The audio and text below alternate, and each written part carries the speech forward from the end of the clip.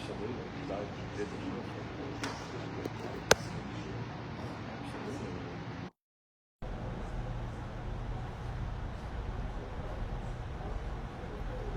We got a good crowd today.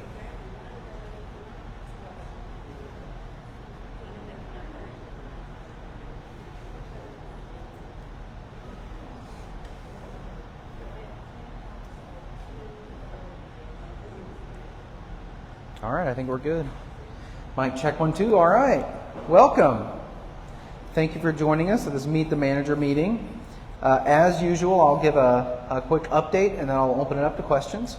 So to start off, sales year to date, 169 sales year to date. And that number is pretty amazing because last year to date we had sold 48. So George is doing an amazing job. Yeah, give him a round of applause. The sales team is doing awesome. Absolutely. Capital improvement campaign, we're at $67,685. And remember, our goal is $127,000. So we're still short of that. So if you haven't made a donation and you feel like you need to, please reach out. And you can make that donation online. You can call the front desk.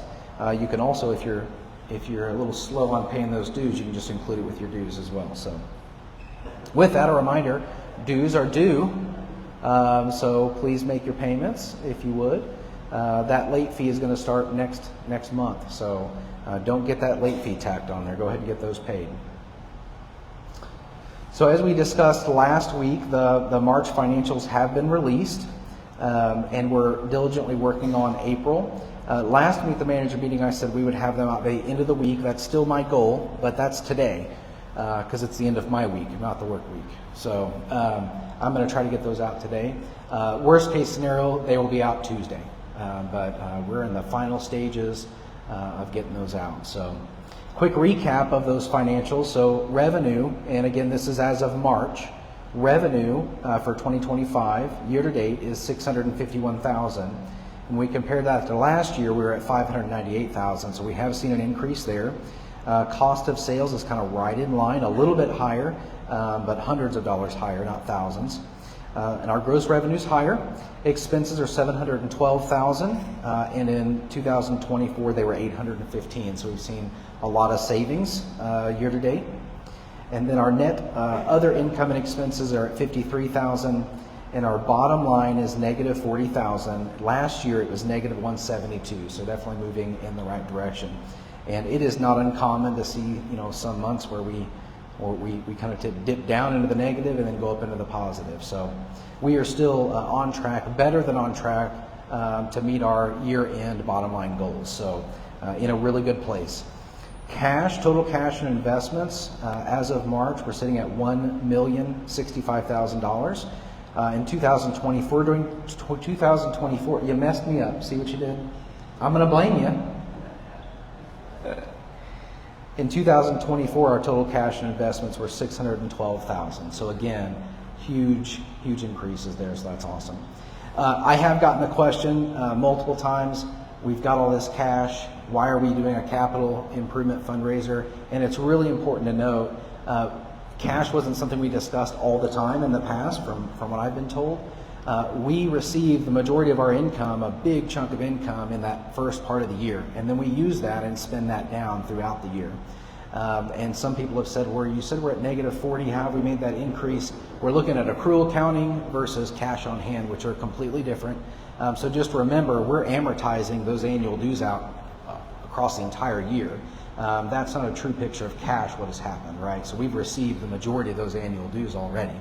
And we'll use those throughout the year. So just a reminder of that. This capital improvement fundraiser is really giving us a nest egg for capital improvements.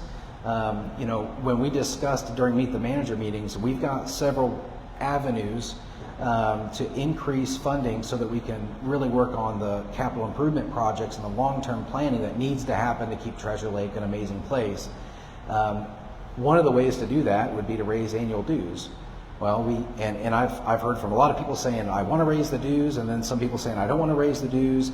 And the problem is we need 2/3 vote to raise the dues, right? So we've never gotten 2/3 of people even voting. So as a leadership team and a board, gears have to be shifted. Like we have to look in a different direction to continue making Treasure Lake an amazing place. And one way to do that is asking our members to contribute voluntarily to projects. So we listed those projects out, what will be completed. As you've noticed, those projects are underway. The big one, the roofs, are already done. So we paid for that up front, and we're hoping to have that nest egg there to continue those sort of improvements. So if you have any questions about that or want to dig deeper, as always, my door is always open. Come chat with me. So, all right. Next up, work campers are needed. So we need work campers in food and beverage, housekeeping, and maintenance. Activities as well. So please, if you're interested in work camping. On that note, we have made a couple of changes to the work camper program. So work camping programs across the U.S. have kind of shifted and changed throughout the years, right? And Treasure Lake, for a long time, we said 24 hours had to be worked, and then you needed to sign a contract and tell us you're going to be here for a certain amount of time. And that worked well in the past. That's not working as well now. So we have to look at how are we going to shift that program, make it more attractive to individuals that are coming onto the park, so that we can get the help that we need to operate the park. During peak season, about 50% of our workforce are work campers. So we rely on that program in an extreme way. We can't do what we do without them. So one of those changes that we've talked about is not requiring that contract, not saying, hey, you have to be here for 3 months. If you pop in for a month and say, hey, I'd like to help for this month, well, we can use you. And another thought is kind of prorating that hourly amount. So instead of saying you have to work 24, saying if you work 10, we're going to give you a discount on your site equal to what a work camper is getting at 24. So still working out the details on that, but that's the goal, to make sure that program is evolving as our needs evolve. So the ticket office is open. Linda is in there right now, and she's ready to help you out getting some tickets, so stop by there. That's exciting. Hours for the ticket office. Did she poke her head out? No. 9:30 to 5, and we're open every day but Sunday, right? Yeah. Every day but Sunday. So stop in, get your tickets. Hey, come on in. All right. Reminder, the next board meeting and work session is next Saturday, and when we have a board meeting, we don't have one of these meetings. So I'll be in the work session, so we can't have this meeting, so just a reminder. And then the board meeting itself is going to be in here at 3 p.m. Quick note on storage. So Glenn, our Director of Operations, and Michael have been working diligently to call people on that list to take a storage spot. I just encourage you to get back to us as soon as possible if you're interested or not interested, so we can move on to the next person if you're not interested, or get you in there and get a contract signed if you want to be in there. We've got a long waiting list, and we've dropped to 81 available sites, but 81, that's revenue for the park that is not being made. It's sitting there, and every month that goes by, every day that goes by, that's lost revenue for the organization. So when you get a call from Glenn or from Michael, please respond promptly. Let them know whether or not you're interested, so we can either give you that site or move on. Let's get those sites filled. Independence Day celebration will take place on July 5th, and that whole week is going to be full of fun-filled activities for the whole family. So I know a lot of you are here for that reason. You're here to stay into July, so we're very excited. And there'll be more coming out about that in the next week or so on Facebook and in a newsletter as well. So stay tuned for that.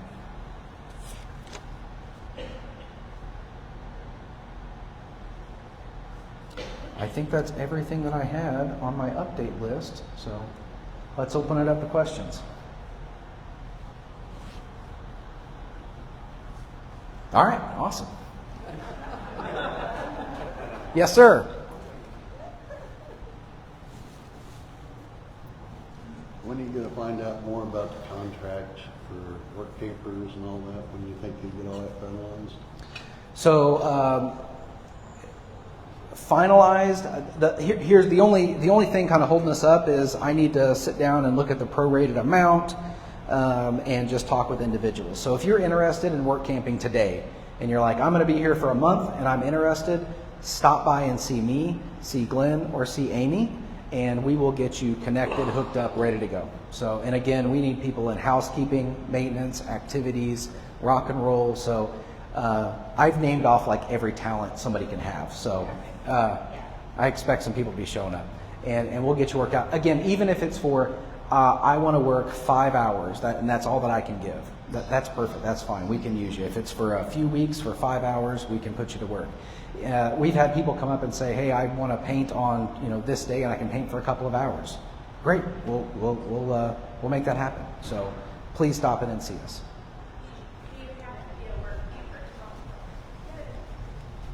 If I don't run to you, nobody can hear you. Do you have to be a work camper to volunteer? No, you do not. So if you would like to just volunteer on the short term, hey, I want to volunteer for one day, I want to volunteer, a couple of times this week, you do not need to be a work camper and go through that entire process. But if you're going to be here for a month, 2 months, and would like kind of a set schedule, hey, I can volunteer on Wednesdays for this many hours, that would be a work camper situation. But yeah. How soon do they need to know that? How soon do they need to know that? Volunteering? Is that what you're talking about, volunteering? Like the next day, I'm going to candidate or a week or a month? Yeah, it depends on the project. So give us a heads up, especially if it's something like painting where we need to get some supplies together. We wouldn't be able to, if you walk into the office and say, I'm here to paint, I've got overalls on and I'm ready to go right now, we may not be able to make that happen. So give us a day. And then of course, if it's a larger project or a larger group, we want to make sure the volunteers are supported. So give us some time in that. Yeah.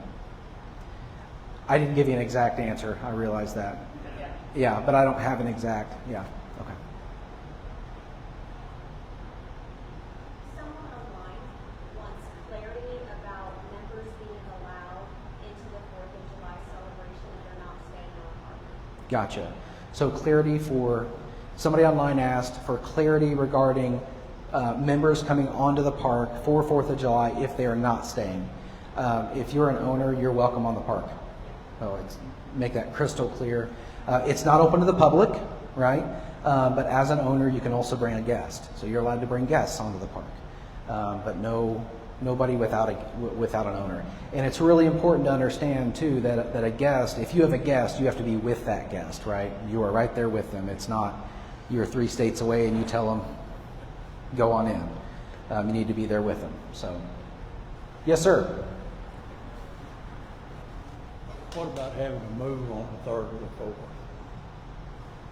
What about having to move? We were kind of told in the past, maybe we were sick.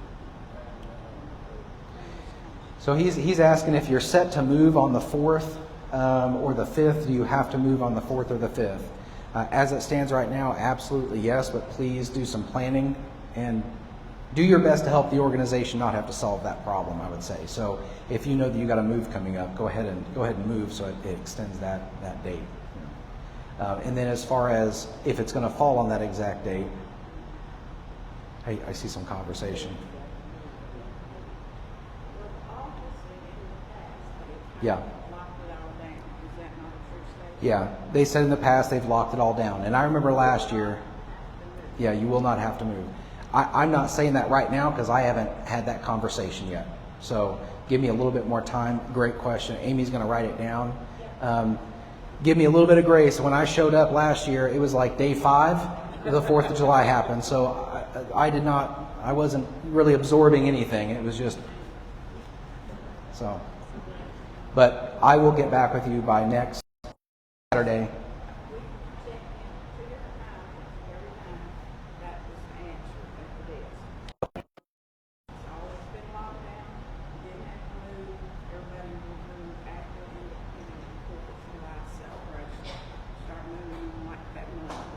Yeah.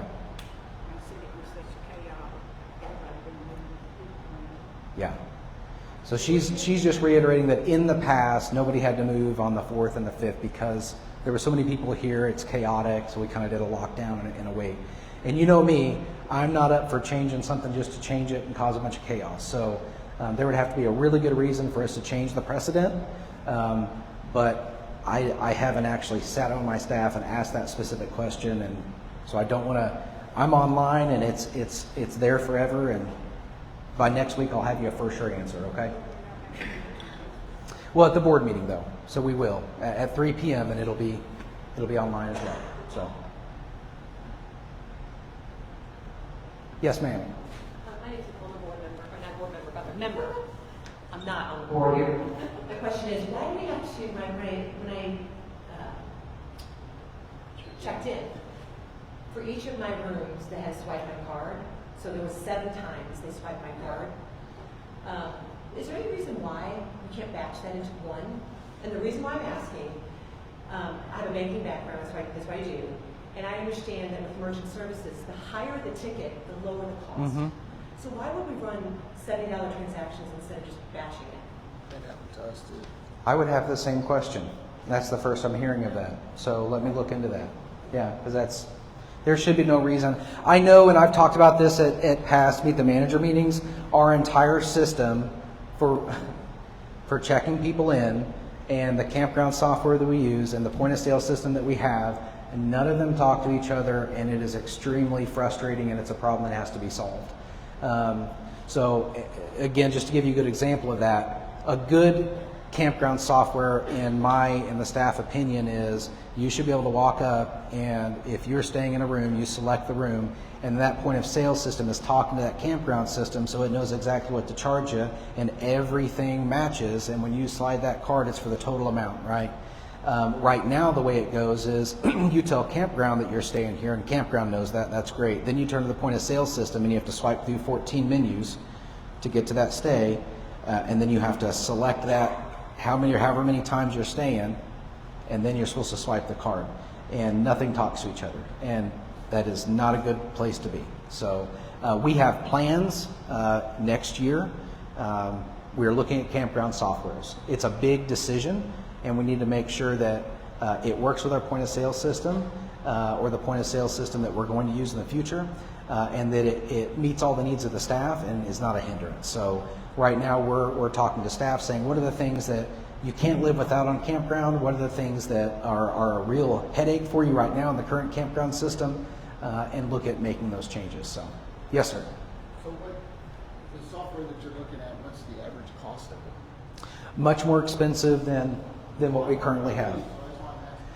Yeah, so we had an amazing deal with the campground system we are using now. We paid an upfront cost of, I believe, around like $10,000, and then it's like $100 a year, right? So super cheap, amazingly cheap. But you see all the problems it's causing. So when you take the amount of staff time it takes to unravel some horrible mistake that happened because those two systems don't talk, you're really not saving money at the end of the day. When it takes your staff person at the front 19 clicks to check somebody in, that is a problem. It should not take that long. So the price, different organizations or different software solutions charge differently, as I'm sure you know. Some of them are based on how many members do you have? We have a lot of members. Or it's how many transactions are you doing? Or how big is your campground? So until we land on a solution, but we're talking where we were paying $100 a year, we're talking thousands a month at the least. So, yes, sir. So the software that you're looking at, is there other opportunities to generate revenue that we're not getting right now? That if we had additional software that we could be offsetting that $2,000 a month? Not to mention the inefficiency of check-ins. So. Yeah, it sounds like me and you need to have a conversation. So his question was, are there opportunities with that new software to generate additional revenue streams for the park, right? I don't want to say that, I'm pretty sure that anything that we could charge for, we could make the current campground system work for that. The reason I'm saying that is because everybody in this room, I deal with this every day and have for 4 years. So you're paying a very minimal amount for the software. If you get something that handles all of these things plus additional revenue, you're going to spend $2,000 to $3,000 a month. And somebody that's not used to that will go, why do I have to spend that? But it's inefficiency and it's lost revenue. Yeah, That's why absolutely. I was saying. Yeah. Just, strictly to your point, is there additional revenue streams? Though I don't know if there's additional revenue streams, but just the inefficiencies that we're talking about. And again, feel free to have a conversation with me. I mean, if you talk to any owner that's come to chat with me that has an expertise in something, I lean on that. I need that expertise. So stop by, let's have a conversation. Yes, sir. If I talk to you, do I get a free camping spot or no? Nope, sorry. No. Typically, if you talk to me, what happens is you end up on a committee somewhere. Yeah. So, welcome to this committee. Yeah.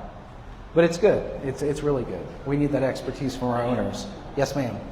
On the new software you're looking at, I'm an accountant. So Yep. does your new software tie in with your GL and produce your PLs and everything else? So right there's going to save you a lot of money a month/year if it spits them out. You're talking my language. Yes, that's one of the considerations that we're looking at. Does it integrate with QuickBooks? Because that's the software that we're using now. In my mind, it should all be connected. Well, if you're using QuickBooks, why aren't you using QuickBooks POS? It'll do everything you do up there. I've done Yeah. it. I've set up a pet store. So yeah, absolutely. So her question was, if you've got QuickBooks Online, why aren't you using QuickBooks point of sale system? Here's the reason why. Because I don't know what campground solution we're going to pick. So we just changed the point of sale system to something that didn't work and it made everything worse when we were promised it was going to be made better. I don't want to change and then change again in December. I just want to make one change.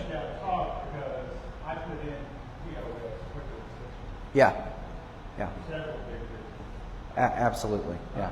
I just want to make sure that everything we select talks to each other, and I want to make the change all at once.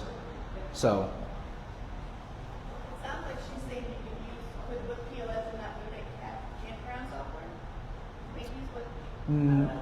No. Yeah, the campground software is integral. I mean, it's tied into everything we do, from storage to site rental. I mean, that's a backbone kind of software that a campground needs to operate. So, what'd you say? I said there's a lot of software that QuickBooks will allow you to take those transactions over to QuickBooks. And move them over. Yeah. Here's the problem with some of those. What would you call them? APIs that kind of connect. Okay. So a problem with the APIs is when you automate stuff, automation's great until it's not. Because if you do a connection wrong or you change an operation that you don't realize is connected from point A to point B, suddenly your books are all jacked up. And we've spent a lot of time pouring through and making sure that everything is entered like it should be entered and in the proper category and where it should be. And I'm very nervous about just connecting everything and hitting a light and walking away and thinking it's going to spit out. I don't want to keep talking about this. Yeah. That's where you have to have all your controls on the front end correct, so when it flows through the system, it's going to be correct and QuickBooks. Yeah, Are you absolutely. gonna have those mistakes where somebody totally screws it up? Yes, but those are few and far between. Yeah. So when you automate something, you're going to have your books going up to date. Yeah, and let me be clear, automation, that's where we need to go in a lot of different areas. And there's a lot of areas that when everything talks to each other and we get everything built right, it's going to work amazing. Right now is not the time to do that. It's just not. You can get it done by 5. And yeah. Right. Okay. Don't believe that one.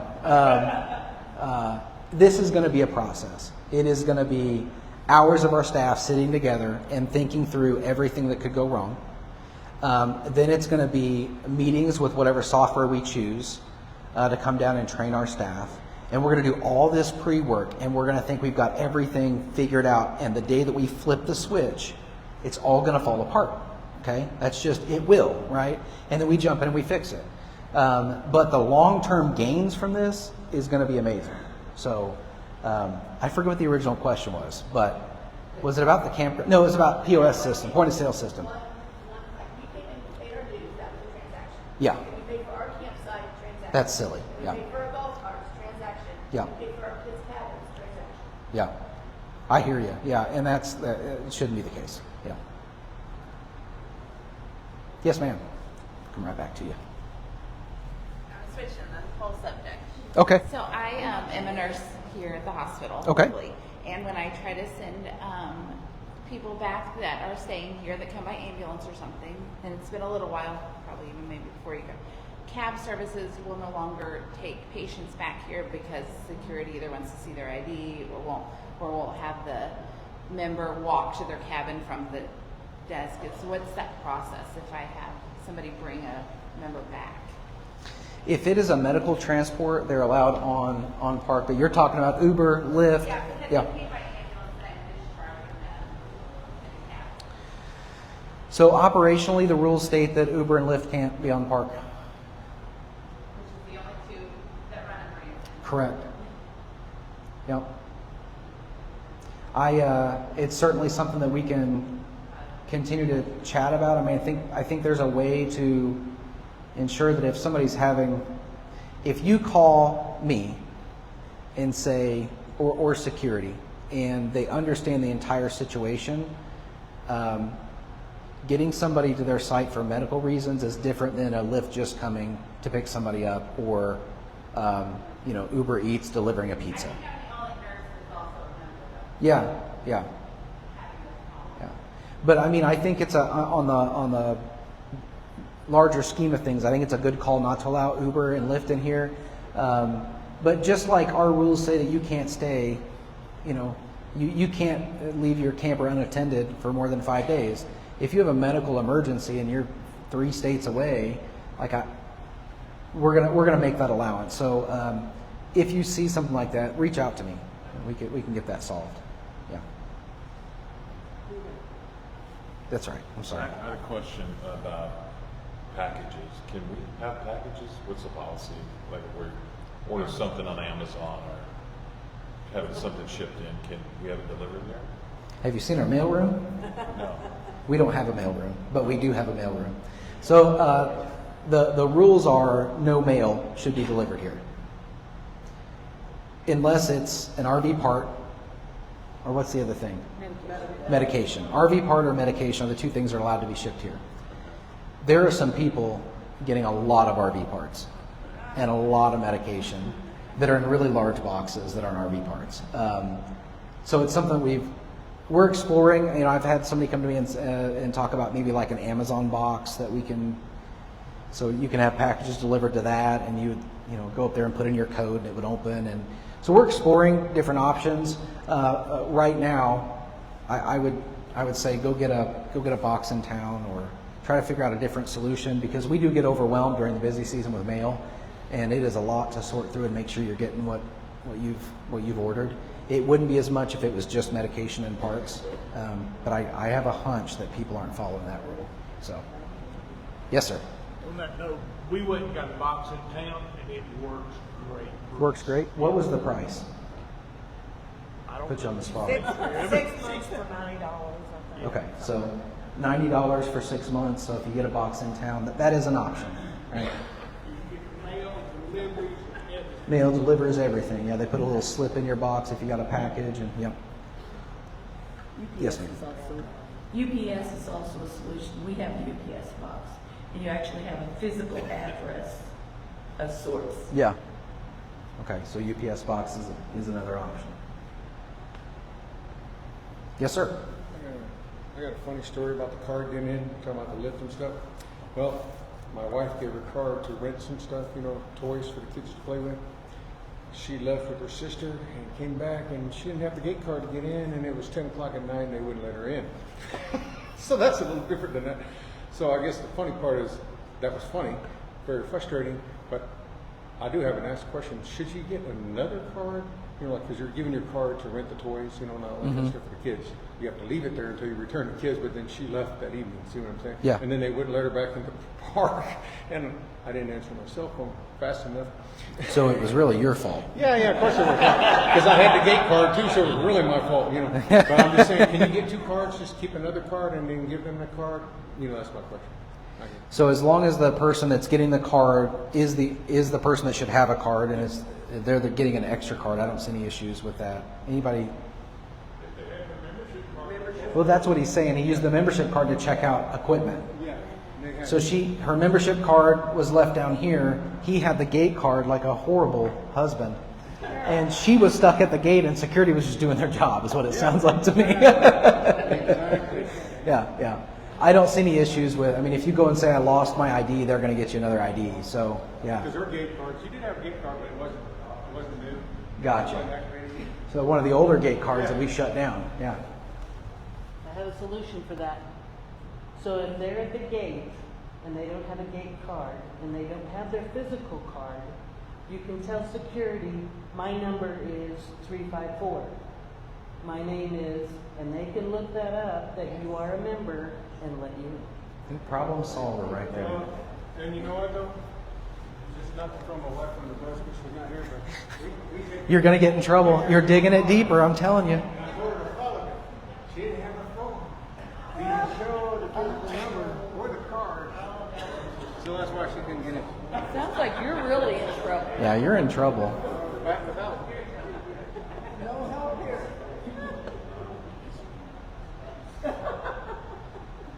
Sounded like she had a solution. It was a funny one.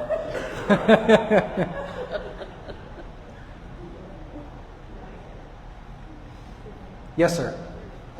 I wasn't here when you were talking about the long-term storage. So the fences where all the campers are, is that where the 81 spots are at, or are they there in the short term?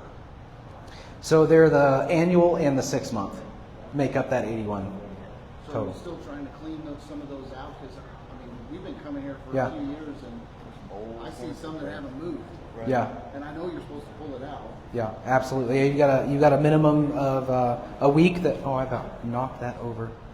You got a minimum of a week that it has to be pulled out. So last year we did our annual storage audit, and we've got our annual storage audit coming up again. It'll actually be done through MaintainX this year, which is amazing. But that's when we check, has a camper been moved out? Do you do all that manually?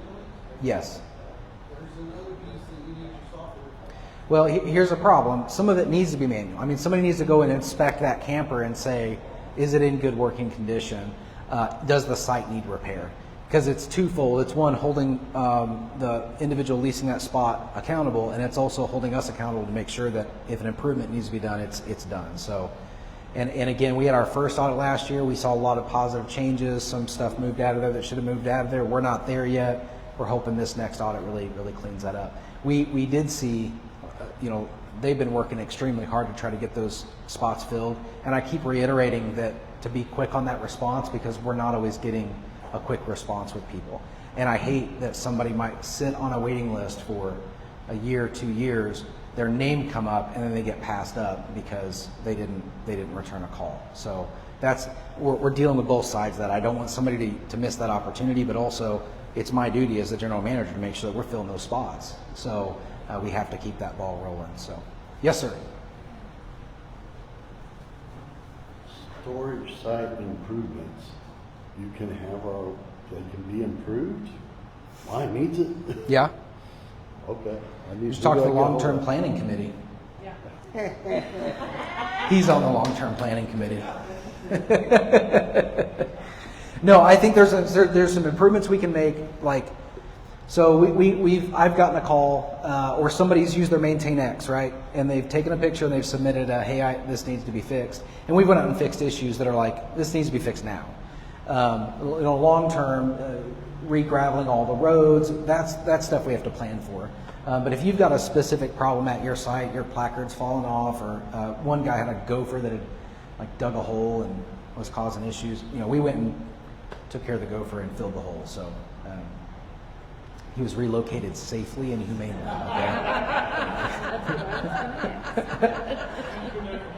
Yes, ma'am.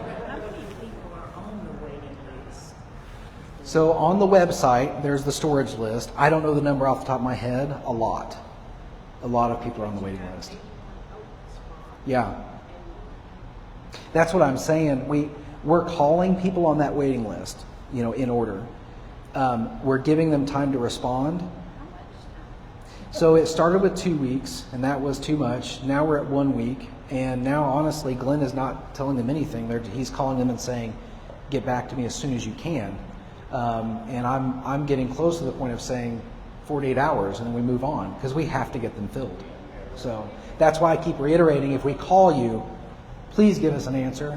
If we leave a voicemail, respond, like give us a call back and let us know that we either need to move on or yeah, you're interested. Let's get them filled. So I need your help as a membership to get those filled. So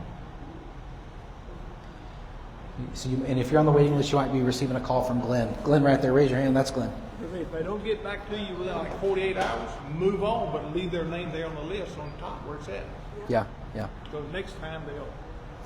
Yeah, and it gets complicated because it's not just, we're not just going down the list, because we've got some people that they've got a smaller rig and they don't need a larger site, and we've got some with larger site, and we've only got so many large sites, right? So if we skip somebody in that category, that could be detrimental for them because, it always, I do the same thing. I walk in, I'm like, why is this a problem? Let's fix it right now. Like, we can fix it right now. And then somebody spends 10 minutes going, let me explain why it's complicated. And then I go, okay, yeah, this is a bigger problem than I thought it was. All right, so. Yes, sir. Do you know how many of those campers in long-term storage are not doing the week pulling out? Last year, I believe we had, man, I'm trying to remember off the top of my head, and I don't want to be quoted, quite a few. Well, the reason why I'm asking is because isn't that lost potential revenue? Oh, absolutely. Yeah. Yeah, absolutely. So you could enact something, if you're not going to pull it out, charge it for a month. A Canadian, if you know they're not pulling it out, give them the Yeah. Currently, what we're doing is reaching out to them and saying, hey, you didn't meet the requirement. You've got so long to meet that requirement. And we've had a pretty good response from those people. Yeah, not every single person out there. So many contracts did not get renewed, which is why we have so many openings. Do you ever have any of these campers that are abandoned? Yes. What do you do with those? We work with that. So just for everybody online, he asked, do we ever have any campers out there that are abandoned? And I've had multiple owners approach me about a specific camper that's been sitting out there for a very long time. That individual is giving up his camper, but then it's okay. And he was originally going to give up his camper a long time ago. There was leadership transition. I came in, that was not top priority. Now we're sitting here going, we need to get that site cleaned up. Your rig moved out. Then it was, we got to find the title. Then they transfer the title. And then what do we do with it? Because it's not something that you can just hop in and move. You got to get a special equipment to come in and move it. And then where we're going to move it to, because it can't just sit in a boneyard. So again, it's a process. I can assure you that we're working toward a solution on that, and we're making progress, especially on the one that I'm sure a lot of people are sitting back maybe thinking about. There's one out there that's been out there for a long time. And it hasn't gone unnoticed, I guess is what I'm saying. Yeah. Yes, sir. How are they tracking if you come in and take their camper out for a week during the year? How are they tracking that? Yeah, I mean, typically through campground, and that's why one of the things that changed was it's not just it's got to be out of storage for that long. It's got to be out of storage, and you have to stay on Treasure Lake, because that's the only way we can truly track it. In the past, it didn't have to be on Treasure Lake, but the only way we know that it was moved is if it was on Treasure Lake. So our campground software gives us the answer to that.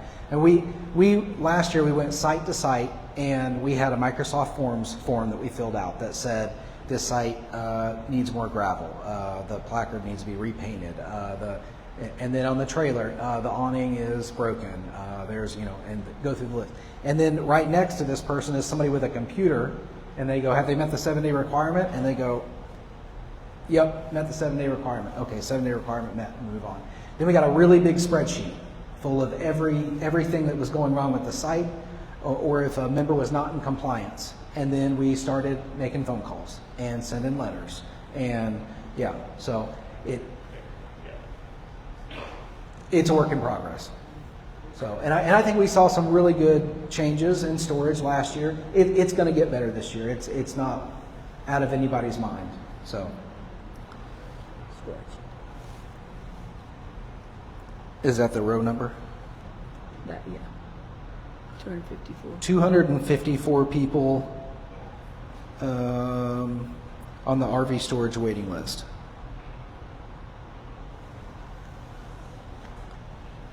Yes, sir. Can you put a list how many sites, what size of the sites are open that you're trying to fill, and someone's got the smaller campers, you might be able to call you and say, hey, get it done quicker. We could get it done quicker, and then I would promptly be hung by all the people that are on the list. Because there's a lot of them got big campers, can't fit on small spots. Yeah, and that's what Michael and Glenn are doing. So they're not. I mean, they're going down the list and calling more people that have something that would fit in more sites than somebody that has less sites. Does that make sense?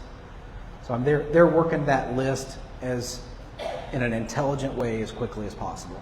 But the issue that we're having is people not getting back to us. So we just need to move on quicker, and that's what I've tasked Glenn with doing. Glenn filled 5 spots the other day. So, I mean, he's making phone calls, he's doing the work. So as owners, if you can respond and give us an answer, we can move on and get those filled, and it'll be a problem that's solved. So.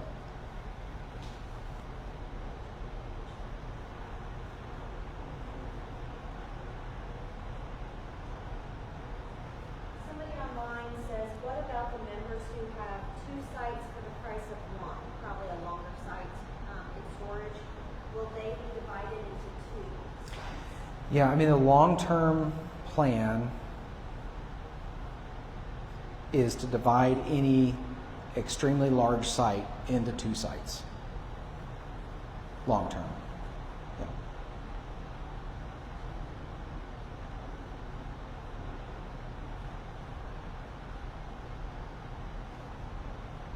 Yes, sir. Well, I'm gonna give you a suggestion. Okay. Yeah, absolutely. You need to do 48 hours, and if they don't respond, stick them on another list. If they call you back, then you can leave them in. Because I'm number 175 on that list, so I need to be bumped up. I get it. Right? Yeah. Yeah.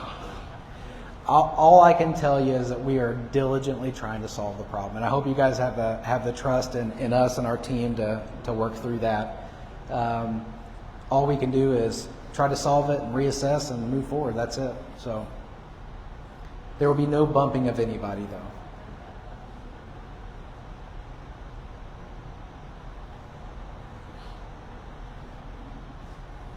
Any other questions? Come on, dig deep.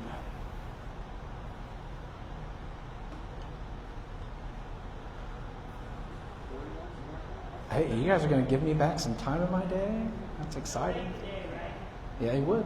Yes, sir. I was just laughing. I shared with him that we're members of Hart Ranch in Rapid City, South Dakota, which is Treasure Lake and Hart Ranch are the only 2 50C7 nonprofit member-owned campgrounds.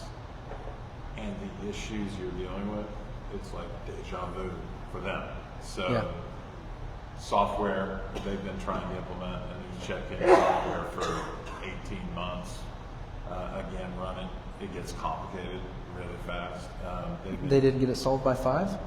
No, they didn't get it all solved by 5, and dealing with storage and issues, and then each club has its own uniqueness. Treasure Lake has a different feel and more storage than maybe up there. Just these are issues that require staff to slowly hit the rock and turn.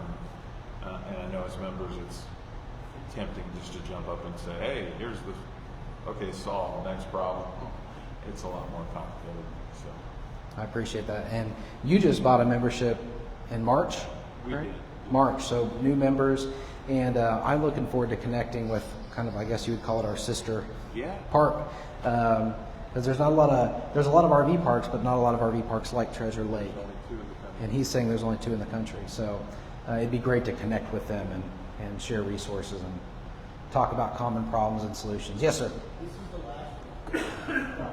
I don't believe it. This is what this is Something for. I was talking with her about yesterday is the demographics of the park. It seems to be older. Now we're in that middle group.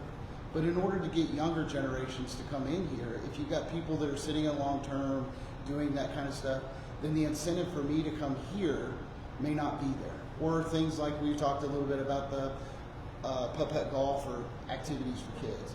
The other thing is that the reason I joined this park was the winter storage in a phase at $1 a day. Well, that got bumped up to $3 a day, which is okay, but I can bring my camper down in the winter and do that. So the faster we get, I'm not saying you're not moving fast, but the faster we get some of that stuff cleaned up, then we can start moving in the younger generation to help offset those expenses. And then as far as the dues, can you grandfather some of the seniors in to stay at their rate and then raise it for anybody new that's coming in? Because I understand for the seniors, they might be on a fixed income, and if you raise it to $200 a month, they make, that I may not be able to get medicine or whatever. So that may be something to look at. And I know you have to have 2/3 and all that kind of stuff. Yeah, I mean that's really is the, and we've talked about this a lot. I mean it's a wonderful thing to have the ownership protected against an organization that's just going to keep raising dues and pricing people out. It's a balancing act, but unfortunately, a lot of the people that are here and engaged in the park want to see those dues increase. It is what it is. That's just kind of where we're at. So when we say like, yeah, winter storage went up a little bit, there are opportunities that the organization needs to take to earn that income back, because we're not raising dues. How much are the dues at the park you were mentioning in South Dakota? I think they're around $500-600. $500 or $600 a year. And smaller park, less. I believe it's a little smaller. Yeah. So, I mean, again, I've heard from owners that say we want to see dues increase, and I've heard from owners that say we can't raise dues. And it's really up to the board and leadership to try to figure out how we're going to bridge that gap, because there certainly is a gap there, because we all want this amazing premier resort and we want it to be here for generations to come. That's where I'm at, and that's where all of you are at. But we also look at the rising cost of just operating a business, and those two don't, like, the math doesn't math in that scenario. So we gotta figure something out. And our long-term planning committee with infrastructure is putting together some plans. And right now the option is, we look at this capital improvement fundraiser, and they can start working on infrastructure projects in the next 5 and 10 years that are going to attract those younger families. And younger families is it's on our mind all the time, because just like a church, and I've said this a lot, so those of you who've watched this multiple times, I'm sorry, but if you can judge the future success of a church by its current youth program, right? So we're in that same boat. If we want to see Treasure Lake thrive into the future, we have to be appealing to younger families. We have to welcome them with open arms and provide activities that are going to keep them here. So that is a huge focus of ours. Yeah. Yes, ma'am. Members do we have that can vote? How many members do we have? When you're talking about we need 2/3 of the membership, what is that? Yeah. So how many members do we have? Is what you're asking? About 6,500. So we've got just under 1,000 memberships in the vault, and membership is capped at 7,500. So, yeah, 6,500. And last year when we were looking at increasing dues and doing electronic voting, we received 2/3 of the people that voted to do electronic voting, but not 2/3 of eligible members that could vote. So, yeah. Yes, sir. Have you ever thought about charging more for premier sites? Say that again so everybody can hear Have you. you ever thought about charging more for premier sites in the park? So his question was, I'm not going to repeat it because y'all heard it, see? I almost repeated it anyway for online, but they can hear it. That's a conversation that has come up in the past. One of the things that the long-term planning committee and the board both have looked at is what are new ways to generate revenue for the organization that won't negatively impact those that aren't going to take advantage of that or not want to see that. So those are all conversations that are happening at the same time. We're talking about water leaks and repaying the buildings, and so it all comes down to a priority mindset. And I absolutely agree that we need to look at ways that will generate additional revenue for the organization, because all this planning that we're doing doesn't matter if there's not funds to make that happen. So, and I got to say that with financials being our focus, especially this year, transitioning in-house, I mean, you can see the evidence of that. We are on our way to that, and I'm excited about being able to put that money back in the bank and have a reserve so that when the long-term planning committee says, hey, we need to start replacing water lines and we're going to start here and go from here and the project's going to be X, we can actually budget for that knowing that we have the cash on hand to make that happen. So, but again, that capital improvement plan is part of that. You know, that can only be spent on those sort of improvements. So, yes, sir. Well, We used to have memberships that were A, Bs, and Cs, and that was like A being the premier. Why did we get away from that, and can't we go back to that?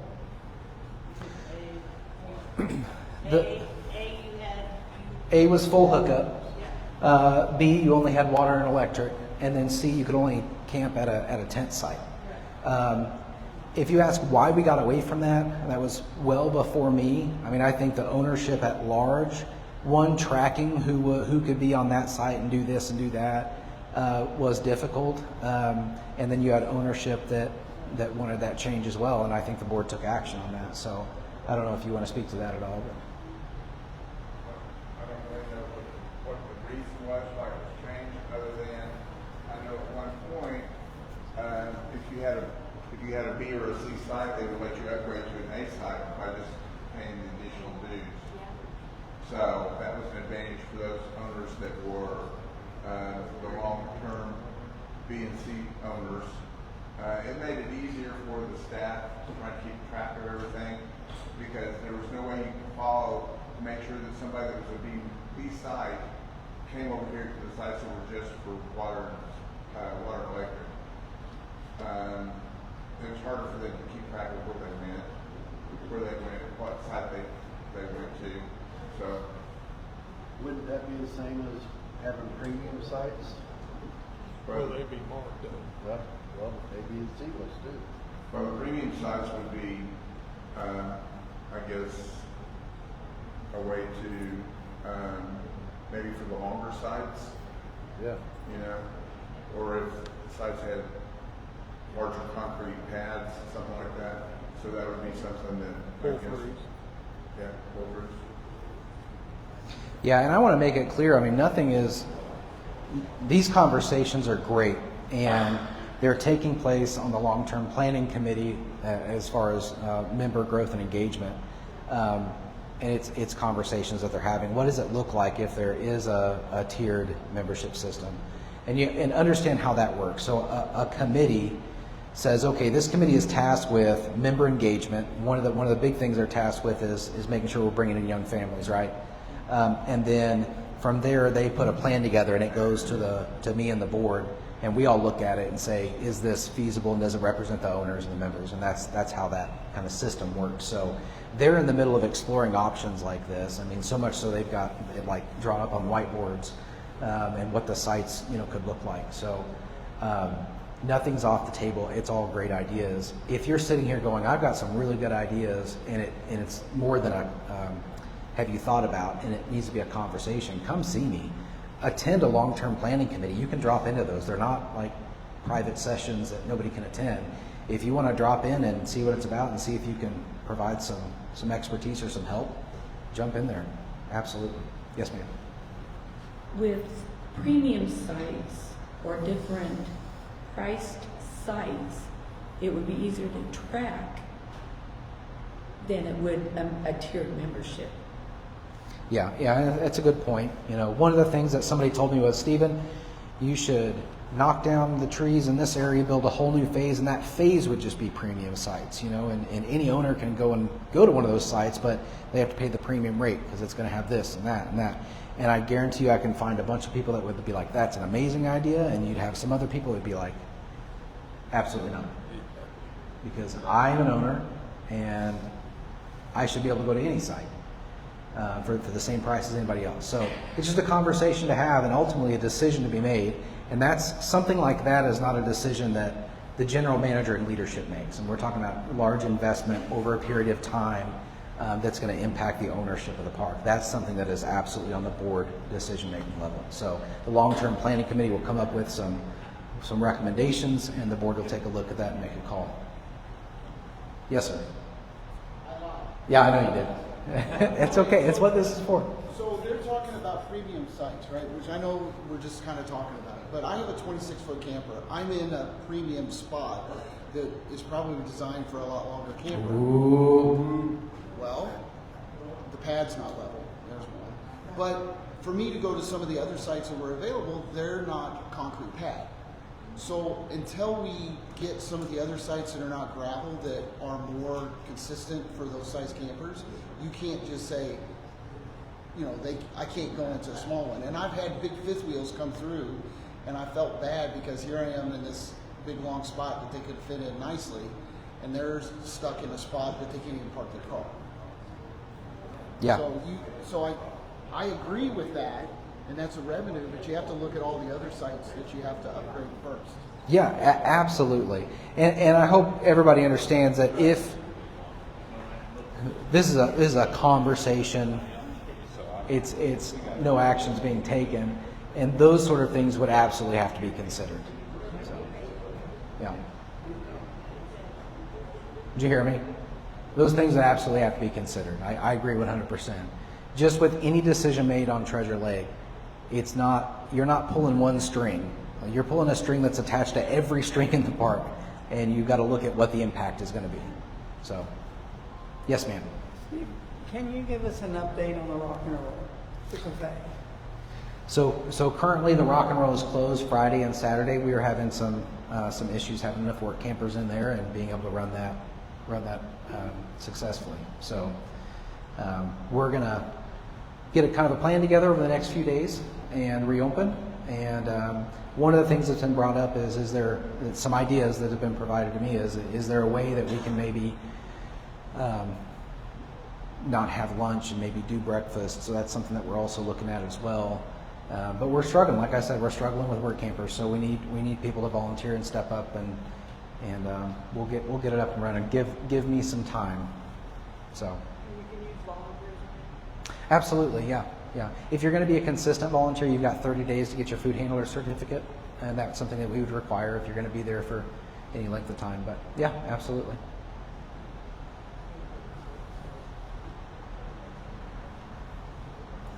My 20 minutes went to 4. Yes, ma'am. How can I sign up for the certificate? How can you sign up for the certificate? Yeah, you just go talk to Amy. We'll actually pay for it. It's a few hours.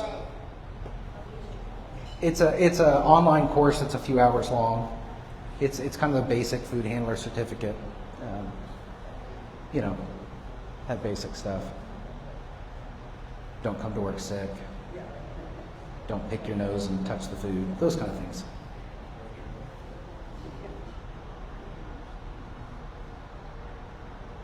So online, there were some concerns about the check-in, check-out process where people are parking their rigs next to each other. It's kind of close, it's hard to get through the gate. And someone suggested, have you looked into a checking in and checking out app? I thought that was actually cool. Yeah. So somebody online was talking about a check-in, check-out app. Again, I go back to the campground software. I think there's tons of solutions that something like that would offer, where somebody could book a cabin online and not have to call. Obviously, it's first come, first serve, so they can't reserve an RV site. But you could pull up a map and see what RV sites are available before you drive 6 hours to come down here. That would be helpful. So yeah, absolutely. Appreciate the feedback.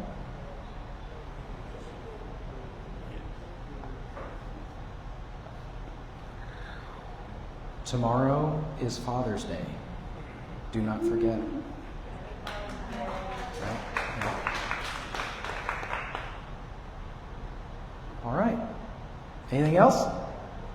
All right, well, I appreciate you guys again. My door is always open. Typically, I've got a stack of cards up here. I'm going to throw Glenn under the bus. I don't have any cards up here anymore. They got taken, but Glenn has a stack of cards right there, so you can also reach out to Glenn, again, Amy or myself. If you want to have a longer conversation, please come and chat with me. Thank you.